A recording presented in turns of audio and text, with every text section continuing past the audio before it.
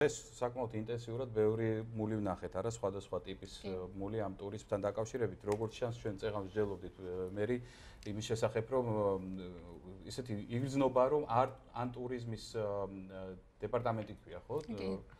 აქტიურობს და გარკვეულ როგორც ჩანს ამაში მართლაც ესეთი ორგანიზებული სახელმწიფოს ხელიურევია, ეს არ არის ესეთი ცალკეული ტურისტული სააგენტოების ან მოქალაქეების მიერ შექმნილი კამპანიები, მაგალითად ისეთ სოციალურ ქსელში, როგორც არის Google Plus-ი, ესეთი ორგანიზებული კამპანია ქართულად წარმოებული კაიხანი არ მინახავს.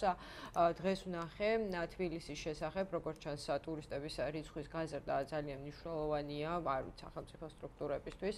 ეს არის გვერდიეთ კონკრეტული მაგალითი Discover თბილისი, რომელიც აერთიანებს, მე მგონი ბოლო 5-7 წლის განმავლობაში დაწერილ ყველა ბლოგერის რევიუს, ყველა გადაღებულ ფოტოს, რაც კი რამე იძებნება ინტერნეტში. შეხვდა რამდენიმე ესეთი კარგად ცნობილი რესურსიც, რომელზეც აი მაგალითად ეს რა უნდა ნახო ტოპ-10 ადგილი, რომელიც უნდა ნახო თბილისში.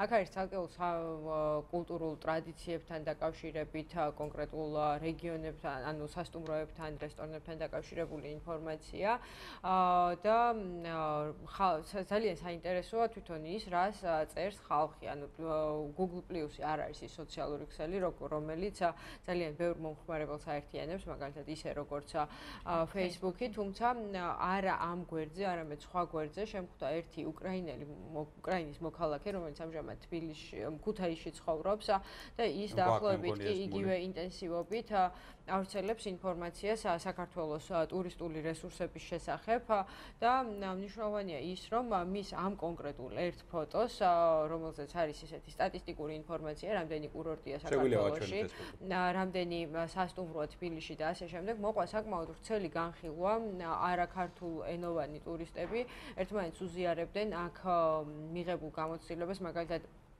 ზოგი აღნიშნავდა იმას, რომ სასტუმროები საკმაოდ ძვირადღირებულია და მათი დეფიციტია. სხვა ამბობდა იმას, რატომ არის აქ ჩამოსვლა კარგი, მოკლედ საკმაოდ ისეთი ცოცხალი დისკუსია იყო 2 დღის წინანდელი პრინციპში და მნიშვნელოვანია ის, რომ ანუ თვითონ ტურიზმის მკვლევარებისთვის, იმ ხალხისთვის, ვინც კამპანიებს გეგმავს, ძალიან მნიშვნელოვანია, რომ ესეთი მომხმარებლები მოიძიონ და მათგან გაიგონ ის შენიშვნები ან რჩევები, რაც ამ ხალხს აქვს, იმიტომ რომ ეს კონკრეტული უკრაინის მოქალაქე აღმოჩნდა, რომ ბევრ ქართველს უკეთ იცნობს აქაურ ღირსშესანიშნაობებს, დამყოფია თითქმის ყველგან მთელ საქართველოში.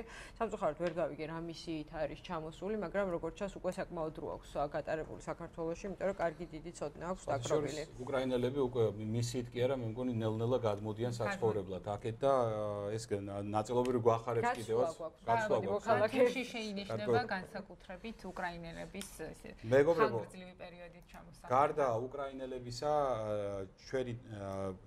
ჩვენთვის ძალიან მნიშვნელოვანი და საინტერესოა ის რა ხდება მაგალითად აფხაზეთში, სხვათა შორის აფხაზეთის აქტიურობს გარკვეულწილად ტურისტული თვალსაზრისით ისინიც ვრცელ კამპანიებს აწარმოებენ.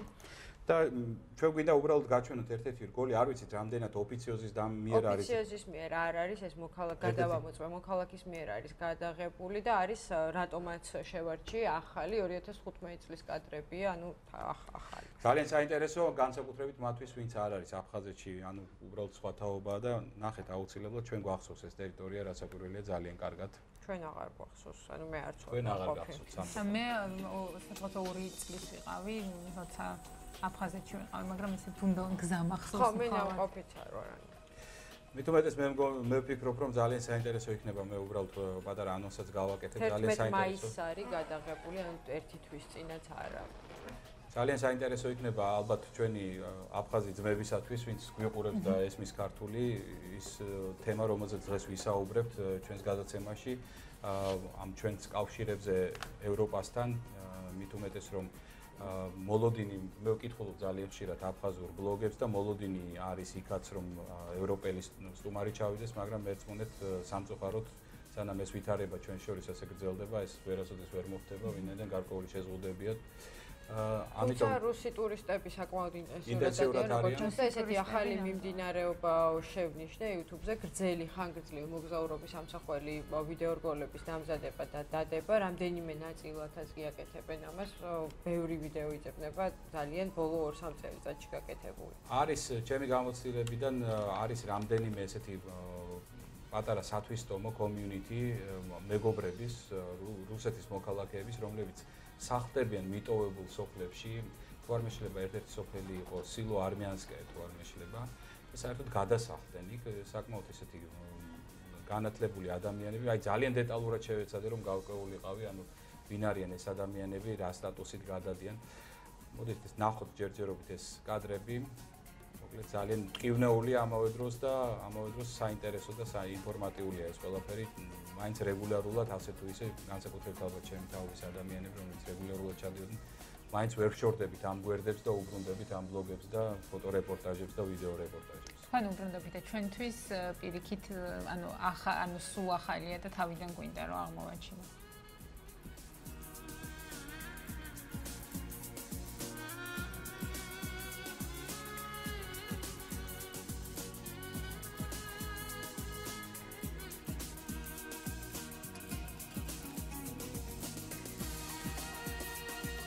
კეთილი, ნუ რასაკვირველია, ეს არ არის ალბათ ოფიციოზის გადაღება, ალბათ კი არა, აშკარად არ არის ოფიციოზის მიერ გადაღებული. რაც შეეხება საქართველოს რეკლამას, სხვათა შორის საკმაოდ ინტენსიური კამპანია მიდის, ავტორი თურმე ავტომოყვარული ყოფილა სერვისი.